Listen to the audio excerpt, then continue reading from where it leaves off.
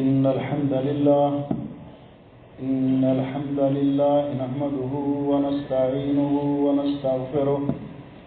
ونعوذ بالله من شرور أنفسنا ومن سيئات أعمالنا من يهده الله فلا مضل له ومن يضلل فلا هادي له وأشهد أن لا إله إلا الله وحده لا شريك له وأشهد أن محمدا عبده ورسوله يا أيها الذين آمنوا اتقوا الله حق تقاته ولا تموتن إلا وأنتم مسلمون يا أيها الناس اتقوا ربكم الذي خلقكم من نفس واحدة وخلق منها زوجها وبث منهما رجالا كثيرا ونساء واتقوا الله الذي تساءلون به والأرحام إن الله كان عليكم رقيبا يا أيها الذين آمنوا اتقوا الله وقولوا قولا سديدا يصلح لكم أعمالكم ويغفر لكم ذنوبكم ومن يطع الله ورسوله فقد فاز فوزا عظيما اللهم صل على محمد وعلى آل محمد كما صليت على إبراهيم وعلى آل إبراهيم إنك حميد مجيد اللهم بارك على محمد وعلى آل محمد كما باركت على إبراهيم وعلى آل إبراهيم إنك حميد مجيد أما بعد فيا أيها الناس إن خير الحديث كتاب الله وخير الهدي هدي محمد صلى الله عليه وسلم وشر الأمور محدثاتها وكل محدثة بدعة وكل بدعة ضلالة وكل ضلالة في النار. قابل صدر احترام بزرگوں، بھائیوں اور عزیزوں، آج کے خطبہ جمعہ کا عنوان ہے الحلال والحرام فی الاسلام. اسلام میں حلال اور حرام کی اہمیت. اللہ سبحانہ و تعالی نے اپنے بندوں کی مصلحت کے لیے اور اپنے بندوں کا امتحان لینے کے لیے کچھ چیزوں کو حلال قرار دیا ہے اور کچھ چیزوں کو حرام قرار دیا ہے. دین اسلام دراصل دو چیزوں پر مشتمل ہے، الامر والنہی. اللہ تعالیٰ کے احکام کی تعمیل کرنا، جو چیزیں اللہ تعالیٰ نے ہمارے لیے جائز قرار دی ہیں ان کو استعمال میں لانا، ان کو اختیار کرنا، اور جن چیزوں سے اللہ سبحانہ و تعالیٰ نے ہمیں منع کیا ہے ان کو اپنے اوپر حرام سمجھنا، ان سے دور رہنا، ان سے بچنا. یہ دو چیزیں، ان کا نام دین اسلام ہے، الامر والنہی. اللہ سبحانہ و تعالیٰ نے اپنی کتاب مقدس کے اندر جن چیزوں کو اپنے بندوں کے لیے حلال قرار دیا ہے ان میں ہر طرح سے دنیاوی اعتبار سے بھی اور اخروی اعتبار سے بھی انسان کے لیے فوائد اور منافع ہیں، اور جن چیزوں کو اللہ سبحانہ و تعالیٰ نے حرام قرار دیا ہے وہ ہر اعتبار سے انسان کے لیے نقصان دہ ہیں اور انسان کے لیے ضرر کا باعث ہیں، نقصان کا باعث ہیں. اللہ سبحانہ و تعالیٰ نے اس کے لیے جو ضوابط مقرر کیے ہیں، قواعد مقرر کیے ہیں، ان میں سب سے پہلا قاعدہ اور ضابطہ یہ ہے کہ کسی چیز کو حرام قرار دینا یا کسی چیز کو حلال قرار دینا یہ صرف اور صرف اللہ سبحانہ و تعالیٰ کے اختیار میں ہے. اس کے علاوہ کوئی کسی چیز کو حلال قرار نہیں دے سکتا. اپنی مرضی سے کسی چیز کو حرام قرار نہیں دے سکتا۔ اس کی مثال یوں سمجھیے کہ قرآن کریم میں اللہ سبحانہ و تعالیٰ نے 28ویں پارے میں آخری صورت میں ایک واقعہ ذکر کیا کہ ایک دفعہ کسی وجہ سے نبی اکرم صلی اللہ علیہ وسلم نے شہد کو اپنے اوپر حرام قرار دے دیا، اصل ہنی شہد جس کو آپ بولتے ہیں۔ تو اللہ سبحانہ و تعالیٰ نے اس وقت وحی نازل کر کے نبی پاک صلی اللہ علیہ وسلم کو اس بات سے آگاہ کیا اور فرمایا یا ایھا النبی لما تحرم ما احل اللہ لک، آپ اس چیز کو اپنے اوپر کیوں حرام قرار دیتے ہیں جس کو اللہ نے آپ کے لیے حلال قرار دیا ہے۔ جس سے یہ معلوم ہوا کہ یہ اختیار اللہ رب العزت نے اپنے پاس رکھا ہے، اور یہ اللہ تعالیٰ کا ایک تعبدی حکم ہے۔ قرآن کریم کی آیت مبارکہ جب حضرت عدی بن حاتم رضی اللہ تعالیٰ عنہ بھی مسلمان نہیں ہوئے تھے، نبی پاک صلی اللہ علیہ وسلم کی خدمت میں حاضر ہوئے تو نبی پاک صلی اللہ علیہ وسلم نے ان کے سامنے قرآن پاک کی سورہ توبہ کی آیات تلاوت کی، اتخذوا احبارہم ورہبانہم اربابا من دون اللہ۔ ان لوگوں نے، یہودیوں نے اپنے علماء کو، اپنے عباد اور زہاد، عابد و زاہد لوگوں کو اللہ کے علاوہ اپنا رب قرار دے رکھا تھا، اربابا من دون اللہ۔ تو حضرت علی رضی اللہ تعالیٰ عنہ عرض کرتے ہیں کہ حضرت ہم ان کے سامنے رکوع تو نہیں کرتے تھے، ان کے سامنے سجدہ تو نہیں کرتے تھے۔ تو نبی پاک صلی اللہ علیہ وسلم نے فرمایا کہ کیا اگر وہ کسی چیز کو آپ کے لیے حلال قرار دے دیں تو آپ اس کو حلال نہیں سمجھتے تھے؟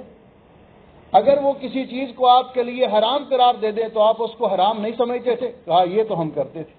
تو فرمایا فتل کا عبادت ہوں، یہی تو ان کی عبادت تھی، یہی تو ان کو رب ماننے کے مترادف ہے، رب ماننے کے برابر ہے۔ اس لیے اللہ سبحانہ و تعالی اپنی کتاب مقدس میں ارشاد فرماتے ہیں یسألونک ماذا احل لہم، اے میرے پیارے محبوب صلوات اللہ وسلام علیہ، یہ لوگ آپ سے سوال کرتے ہیں کہ اللہ نے ان کے لیے کیا چیز حلال قرار دی ہے۔ قل احل لکم الطیبات، انہیں فرما دیجئے کہ اللہ تعالیٰ نے طیبات آپ کے لیے حلال قرار دی ہیں۔ اور طیب اس چیز کو کہا جاتا ہے جس کو اللہ نے حلال قرار دیا ہو، انسانی صحت کے لیے مفید ہو، اور انسان کی طبیعت اور مزاج اس کو پسند کرتا ہو، فطرت سلیم اس کو پسند کرتی ہو، وہ چیزیں اللہ نے آپ کے لیے حلال قرار دی ہیں۔ دوسرا اصول اور ضابطہ یہ کہ اللہ تعالیٰ نے الاصل فی الاشیاء الاباحہ، تمام اشیاء میں، تمام امور میں اصل چیز جواز ہے، اباحت ہے، الا کہ اللہ تعالیٰ نے اس کی جن چیزوں کو حرام قرار دیا ہو ان چیزوں کو حرام سمجھا جائے اور ان پر یقین رکھا جائے، ان سے بچا جائے۔ اللہ سبحانہ و تعالیٰ نے قرآن کریم کے اندر اسی لیے حرام چیزوں کو کھول کھول کر بیان کر دیا، جو چیزیں حرام ہیں ان کو ہمارے لیے کھول کھول کر واضح طور پر بیان کر دیا۔ اللہ رب العزت نے قرآن پاک کی آیت مبارکہ، اے میرے پیارے حبیب فرما دیجئے قُلْ لَا أَجِدُ فِي مَا أُوحِيَ إِلَيَّ مُحَرَّمًا عَلَىٰ طَاعِمٍ يَطْعَمُهُ، جو چیز اللہ نے میری طرف وحی کی ہے، جو تعلیمات اللہ نے میری طرف نازل کی ہیں، ان میں کسی چیز کو حرام نہیں پاتا، الا ان یکون میتۃ او دما مسفوحا، اور باقی حرام چیزوں کا ذکر کیا، الا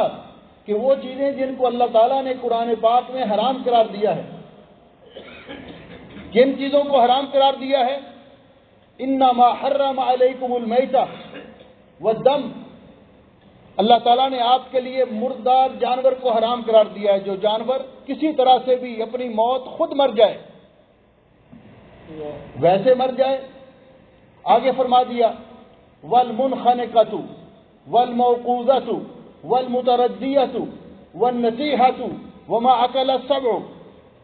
وہ جانور جو اوپر سے نیچے گر کر مر جائے اور اس کی گردن ٹوٹ جائے، اس کو کوئی چوٹ لگائے، ضرب لگنے سے مر جائے بغیر خون نہ نکلے، پتھر مارنے سے یا کوئی چیز لگنے سے وہ مر جائے، یا کوئی دوسرا جانور اس کو سینگ مارے اور وہ مر جائے، گلا گھٹ کے مر جائے، یا درندے جس کو چیر پھاڑ کر کے کھا لیں اور باقی چھوڑ دیں، یہ چیزیں اللہ رب العزت نے حرام قرار دی ہیں۔ اور وہ خون حرام قرار دیا ہے جو ذبح کرتے وقت جانور کے جسم سے بہہ نکلتا ہے، تو اللہ رب العزت نے حرام چیزوں کی وضاحت کر دی۔ اللہ سبحانہ و تعالیٰ نے قرآن پاک میں اس بات کی وضاحت کر دی وَأَحَلَّ اللَّهُ الْبَيْعَ وَحَرَّمَ الرِّبَا، اللہ تعالیٰ نے خرید و فروخت کو جائز قرار دیا ہے اور سود کو حرام قرار دیا ہے۔ اللہ رب العزت نے اپنی کتاب مقدس میں نکاح کو جائز قرار دیا، ہمارے لیے حلال قرار دیا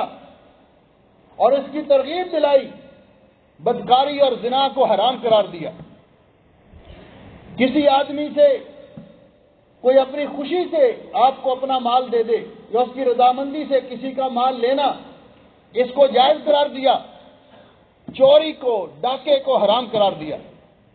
تو اللہ سبحانہ و تعالیٰ نے وہ چیزیں ہمارے سامنے کتاب مقدس کے اندر واضح طور پر بیان کر دی۔ پیارے نبی صلی اللہ علیہ وسلم نے ہمارے سامنے ان چیزوں کی وضاحت فرما دی، اس لیے کہ یہ معاملہ بڑا اہم ہے۔ حلال و حرام کا معاملہ یہ معمولی معاملہ نہیں۔ تیسرا اصول یہ ہے کہ حلال و حرام کا تعلق انسانوں کے اپنے مزاج کے ساتھ نہیں، عقل و فکر کے ساتھ نہیں، بلکہ حکم الہی کے ساتھ ہے۔ یہ نہیں کہ آدمی جس چیز کو اس کا جی چاہتا ہو، شراب پینے کو جی چاہے تو کہ جی حرام ہے، میرا حلال ہے، میرا دل چاہتا ہے پینے کو۔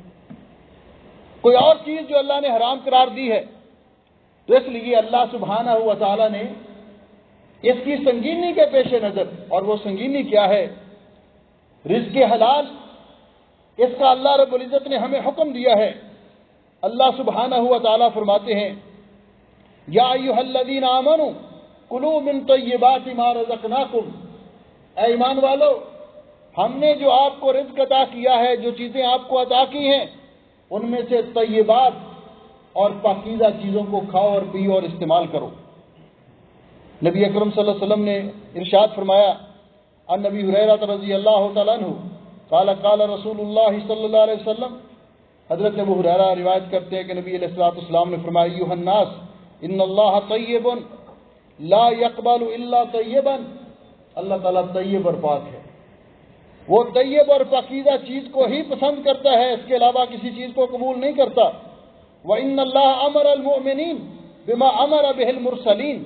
اللہ تعالیٰ نے مومنوں کو بھی وہی حکم دیا ہے جو اللہ تعالیٰ نے اپنے رسولوں کو حکم دیا ہے علیہم الصلاۃ والسلام۔ کیا حکم دیا؟ یا ایھا الرسل کلوا من الطیبات واعملوا صالحا، اے میرے رسولو، پاکیزہ چیزوں کو، حلال اور طیب چیزوں کو کھاؤ اور پیو، استعمال کرو اور نیک اعمال کرو۔ انی بما تعملون علیم، میں تمہارے اعمال کو خوب جاننے والا ہوں، ان سے خوب واقف ہوں۔ وقال، اور مومنوں کو فرمایا یا ایھا الذین آمنوا کلوا من طیبات ما رزقناکم، اے ایمان والو، ہم نے جو آپ کو چیزیں عطا کی ہیں طیب اور پاکیزہ، ان میں سے کھاؤ اور پیو۔ پھر آپ نے فرمایا ثم ذکر الرجل یطیل السفر، پھر آپ نے ایک ایسے آدمی کا ذکر کیا جو لمبا سفر کر کے جاتا ہے، اشعث اغبر، اس کے جسم غبار سے ڈھکا ہوا، اس کے بال پراگندہ، یمد یدیہ الی السماء، کہاں جاتا ہے؟ بیت اللہ شریف، حج کرنے کے لیے جاتا ہے، لمبا سفر کر کے، سفر کی صعوبتیں برداشت کر کے، بال بکھرے ہوئے، لباس گرد سے اٹا ہوا، اور وہاں جا کر اللہ تعالیٰ کی بارگاہ میں ہاتھ پھیلاتا ہے، یمد یدیہ الی السماء، یا ربی یا ربی، اے میرے رب، اے میرے رب، تو اس کو جواب آتا ہے وَمَطْعَمُهُ حَرَامٌ وَمَشْرَبُهُ حَرَامٌ، یہ آدمی جو ہے اس کا کھانا حرام کی کمائی سے، اس کا پینا حرام کی کمائی سے، وَمَلْبَسُهُ حَرَامٌ، اور اس کا لباس حرام کی کمائی سے، وَغُذِّيَ بِالْحَرَام، اور اس کا کھانا پینا حرام کی کمائی سے، فَأَنَّا يُسْتَجَابُ لِذَلِكَ، اس کی دعا کیسے قبول ہو؟ اس کی دعا اللہ کیسے قبول کرے گا؟ یعنی جو حرام کھاتا ہے، نبی کریم علیہ الصلوۃ والسلام نے فرمایا کہ ہر وہ جسم کل لحم نبت من السحت فالنار اولی بہ، جو جسم حرام کی کمائی سے پلا ہوگا وہ جہنم میں جانے کا مستحق ہے، کیونکہ اپنے جسم کو، اس کو پالنے پوسنے، اس کی پرورش کے لیے، اس کی صحت کے لیے حلال چیزیں استعمال کرنا تھی، لیکن حرام چیزیں استعمال کی گئیں۔ ایسے شخص کی اللہ تعالیٰ دعا بھی قبول نہیں کرتا۔ اسی لیے دوسری حدیث پاک میں آتا ہے ایک آدمی حج کے لیے جاتا ہے حرام کی کمائی سے، کوئی بھی ذریعہ حرام کی کمائی کا، رشوت کی کمائی، سود کی کمائی، حرام کی کمائی سے، اور جب وہ اپنی احرام پہن کر اپنی سواری پہ بیٹھتا ہے اور کہتا ہے لبیک اللہم لبیک، تو آگے سے ندا آتی ہے لا لبیک لک ولا سعدیک، کوئی تیری لبیک قبول نہیں، تیرے لیے یہ سفر خوش بختی کا سفر نہیں ہوگا، تیرا حج مبرور نہیں ہوگا، تیرا حج ہمیں غیر مقبول ہے، نامقبول ہے، یہ تیرے لیے وزر کا باعث بنے گا، وبال جان بنے گا۔ اس لیے حلال کا کھانا، حلال کی کمائی، حلال چیزوں کو استعمال کرنا، یہ انسان کی زندگی میں اتنا اہم، اتنا اور ضروری ہے۔ اسی لیے اللہ رب العزت نے قرآن پاک میں فرمایا قُلْ لَا يَسْتَوِي الْخَبِيثُ وَالطَّيِّبُ، اے میرے پیارے حبیب فرما دیجئے خبیث اور طیب یہ دونوں چیزیں برابر نہیں ہو سکتی، حلال اور حرام برابر نہیں۔ وَلَوْ أَعْجَبَكَ كَثْرَةُ الْخَبِيثِ، اگرچہ آپ کو خبیث چیزیں، یعنی جو مخاطب ہیں لوگوں کو، اگر خبیث چیزیں، حرام چیزیں کتنے ہی پسند کیوں نہ ہوں، اللہ رب العزت کے ہاں غیر پسند ہیں، حلال اور حرام برابر نہیں۔ اور اللہ رب العزت نے نبی پاک صلی اللہ علیہ وسلم کو جب مبعوث فرمایا تو آپ نے آپ کا جو مشن ذکر کیا، آپ نے فرمایا یحل لهم الطیبات ویحرم علیہم الخبائث، آپ لوگوں کے لیے طیبات کو حلال قرار دیتے اور خبیث چیزوں کو حرام قرار دیتے۔ علماء نے طیب کی تعریف یہ کی کہ وہ چیز جس کو اللہ نے ہمارے لیے حلال قرار دیا ہو، ہماری صحت کے لیے مفید ہو اور فطرت سلیمہ اس کو پسند کرتی ہو، اور خبیث وہ چیز جس سے اللہ نے منع کیا ہو، فطرت سلیمہ اس سے نفرت کرتی ہو، وہ خبیث ہے اور وہ حرام ہے۔ اور نبی پاک صلی اللہ علیہ وسلم کی جو دعوتی مشن ہے اس میں سے ایک اہم چیز یہ بھی ہے یحل لهم الطیبات ویحل لهم الطیبات ویحرم علیہم الخبائث۔ صحیح بخاری میں ہے، حضرت جندب رضی اللہ تعالیٰ عنہ بیان فرماتے ہیں کہ نبی کریم علیہ الصلوۃ والسلام نے فرمایا ان اول ما ينتن من الانسان بطنه، انسان جب مرتا ہے، اس کو قبر میں دفن کیا جاتا ہے، تو سب سے پہلے جس چیز میں بدبو پیدا ہوتی ہے وہ انسان کا پیٹ ہے۔ صحیح بخاری کی حدیث ہے، آپ نے فرمایا ان اول ما ينتن من الانسان بطنه فمن استطاع الا ياكل الا طيبا فليفعل، تو آپ نے فرمایا مرنے کے بعد تو اس میں بدبو آنی ہے۔ دنیا کے اندر جب تک زندگی ہے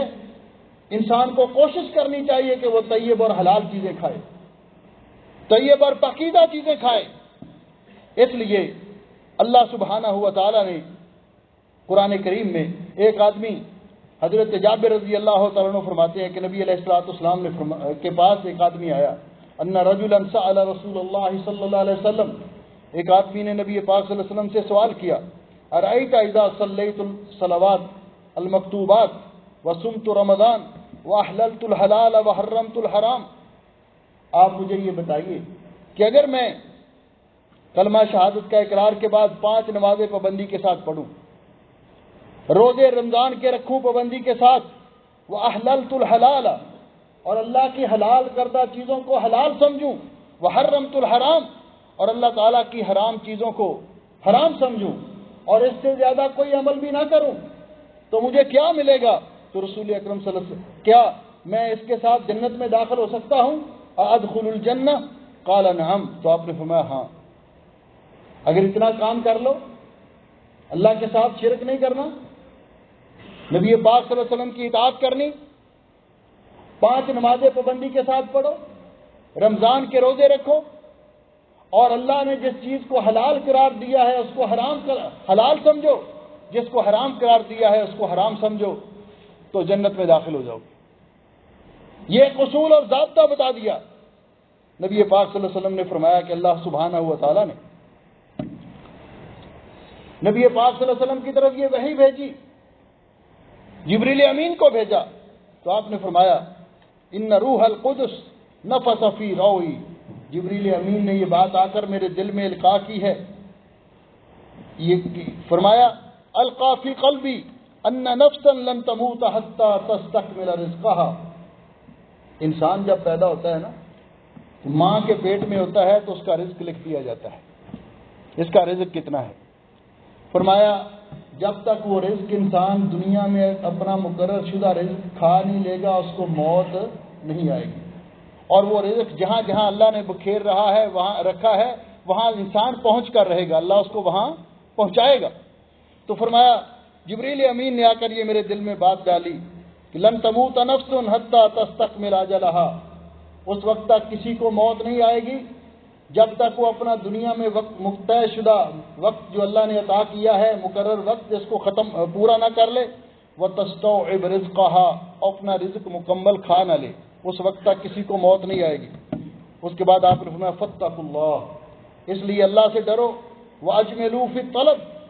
رزق تلاش کرنے کے لیے جائز اور حلال ذرائع اختیار کرو، اجملوا فی الطلب۔ آپ نے فرمایا ولا يحملن احدکم استبطاء الرزق ان یطلبہ بمعصیت اللہ، اگر رزق میں اللہ تعالیٰ نے رزق پہنچانے میں کچھ دیر کر دی اپنی حکمت کے تحت،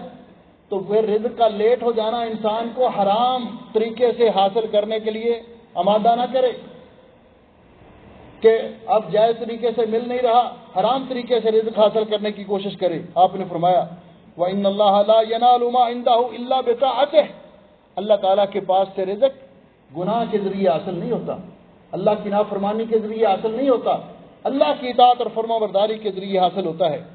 اللہ سبحانہ و تعالیٰ نے اپنی کتاب مقدس میں کھول کھول کر حرام چیزوں کا تذکرہ کر دیا تاکہ اللہ کے بندے ان سے بچ سکیں۔ اللہ تعالیٰ فرماتے ہیں وَقَدْ فَصَّلَ لَكُم مَّا حَرَّمَ عَلَيْكُمْ إِلَّا مَا اضْطُرِرْتُمْ إِلَيْهِ،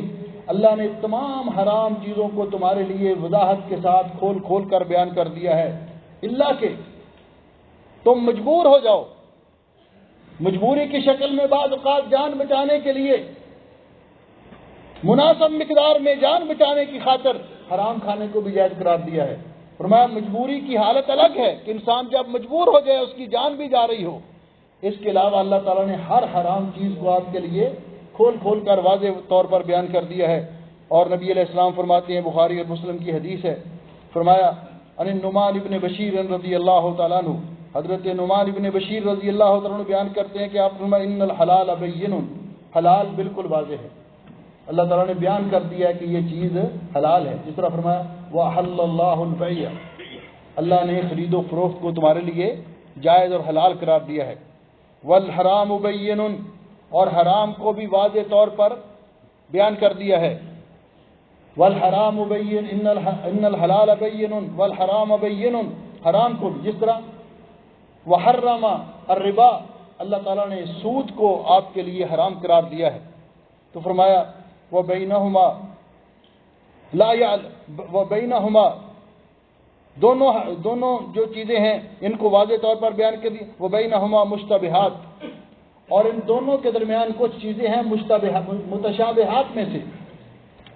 جن کے بارے میں واضح نہیں ہے کہ یہ حلال ہے یا حرام ہے، مشتبہات میں سے ہیں۔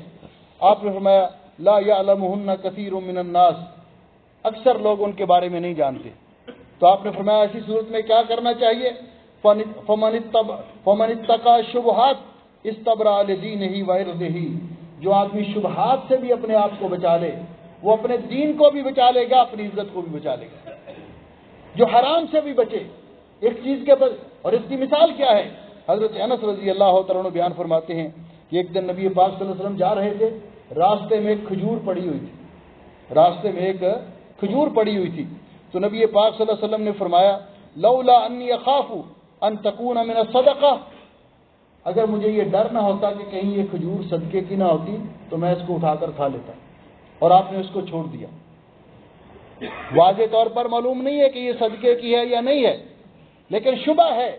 تو آپ نے شبہ کی بنیاد پر ہی اس کو چھوڑ دیا۔ یہی ورع ہے، یہی دین کو بچانے کا نام ہے، یہی تقوی ہے، کیونکہ رسول اکرم صلی اللہ علیہ وسلم نے فرمایا خیر دینکم الورع، تمہارا بہترین دین ورع ہے، شبہ والی چیزوں سے بچنے کا نام ہے۔ آپ نے فرمایا کن ورعا تکن اعبد الناس، تم ورع اختیار کرو تم سب سے بڑے عبادت گزار بن جاؤ گے۔ اس لیے میرے بھائیوں، یہ دور جس میں ہم جی رہے ہیں، جس سے ہم گزر رہے ہیں، نبی پاک صلی اللہ علیہ وسلم نے اس دور کے بارے میں ہمیں متنبہ کیا تھا۔ صحیح بخاری کے اندر روایت ہے، رسول اکرم حضرت ابو ہریرہ بیان کرتے ہیں کہ نبی علیہ الصلوۃ والسلام نے فرمایا لَيَأْتِيَنَّ عَلَى النَّاسِ زَمَانٌ، لوگوں پر ایک ایسا دور آئے گا لا يُبَالِ الْمَرْءُ بِمَا أَخَذَ الْمَالَ مِنْ حَلَالٍ أَوْ أَمْ مِنْ حَرَامٍ، کہ آدمی پرواہ نہیں کرے گا کہ مال اس کے پاس کہاں سے آ رہا ہے، کہاں سے اس کے پاس مال آ رہا ہے، حلال طریقے سے یا حرام طریقے سے، اس کی پرواہ نہیں کرے گا۔ حالانکہ مومن کو اچھی طرح تحقیق اور چھان پھٹک کرنی چاہیے، جو شبہ والی چیز ہے اس سے بھی بچنا چاہیے۔ آپ نے فرمایا دع ما یریبک الی ما لا یریبک، ایک چیز واضح ہے یہ حلال ہے اس کو اختیار کریں، واضح ہے حرام ہے اس کو چھوڑ دیں، جس کے بارے میں شبہ بھی ہے تو آپ نے فرمایا جس میں شبہ بھی پڑ جائے اس کو بھی چھوڑ دیں، جس میں شبہ بھی ہو کہ یہ حلال ہے یا حرام ہے اس کو بھی چھوڑ دیں۔ مثال کے طور پر ایک ہوٹل میں پتہ ہے یہ غیر مسلموں کا ہوٹل ہے، یا مسلمانوں کے لیے وہ حلال گوشت بھی پکاتے ہیں، کافروں کے لیے حرام بھی پکاتے ہیں، لیکن آپ کو شبہ ہے کہ وہی تیل جس کے اندر وہ حرام پکاتے ہیں اسی کے اندر کہیں یہ مسلمانوں والا حلال بھی فرائی نہ کرتے ہو تو اس کو بھی چھوڑ دیں، شبہ پڑ گیا۔ اس طرح بہت ساری اور چیزیں مثالیں ہیں، لیکن جمعے کا وقت مختصر ہوتا ہے، تو نبی کریم علیہ الصلوۃ والسلام نے واضح طور پر جن چیزوں کے بارے میں ہمیں فرمایا، اور اللہ تعالیٰ نے ہمیں ان چیزوں کو بچنا چاہیے، اور اپنی روزی جو ہے اپنا رزق اس کے بارے میں خیال کرنا چاہیے، کیوں کہ یہ بات ذہن میں رکھنی چاہیے کہ برکت ہمیشہ رزق حلال میں ہوتی ہے،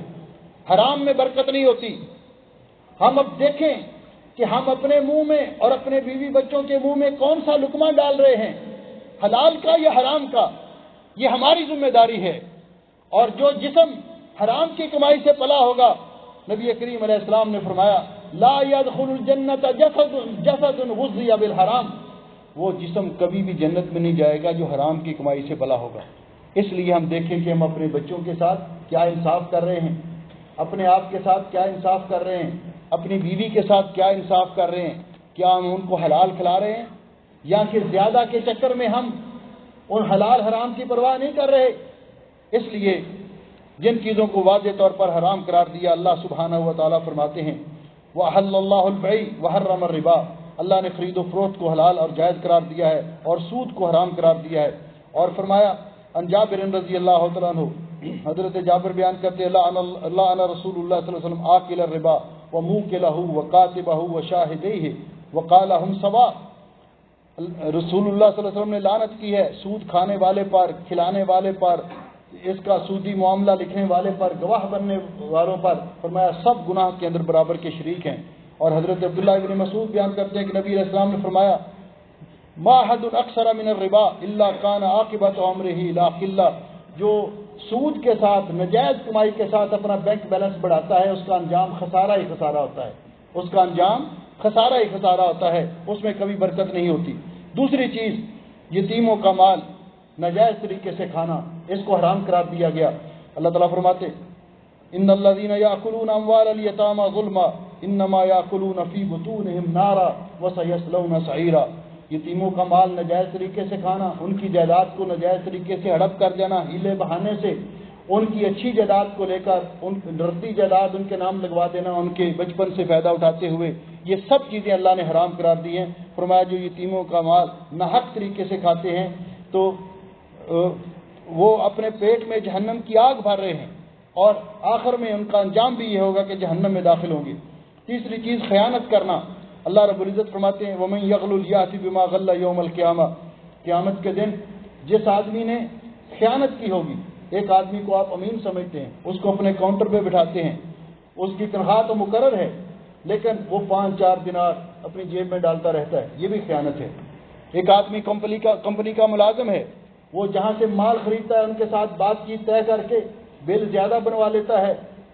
اور وہاں کم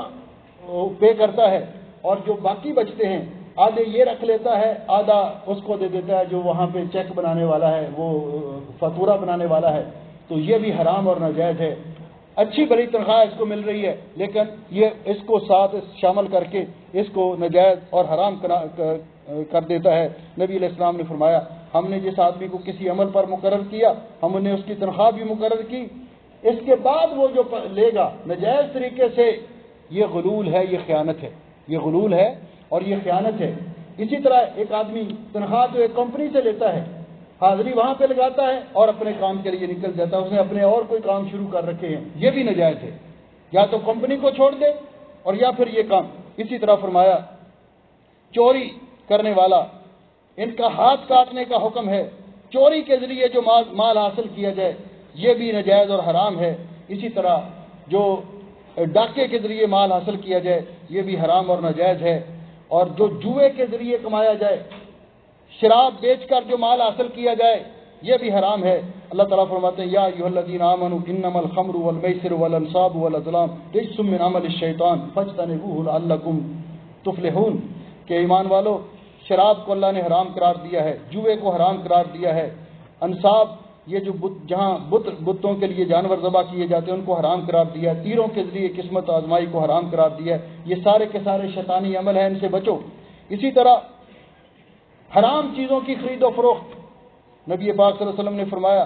لا یحل بیع المغنیات ولا شراؤہن واکل اثمانہن حرام،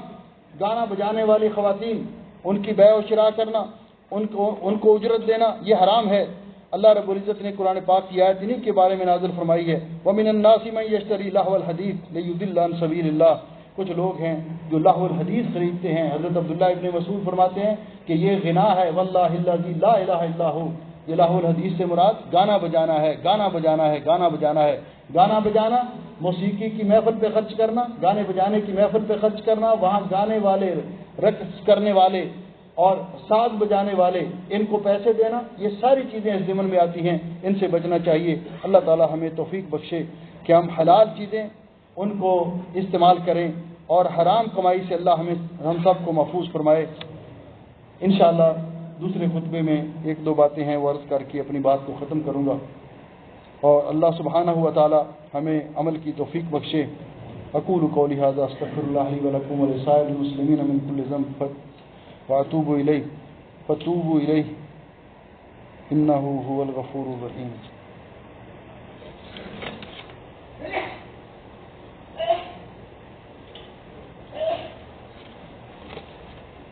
ان الحمد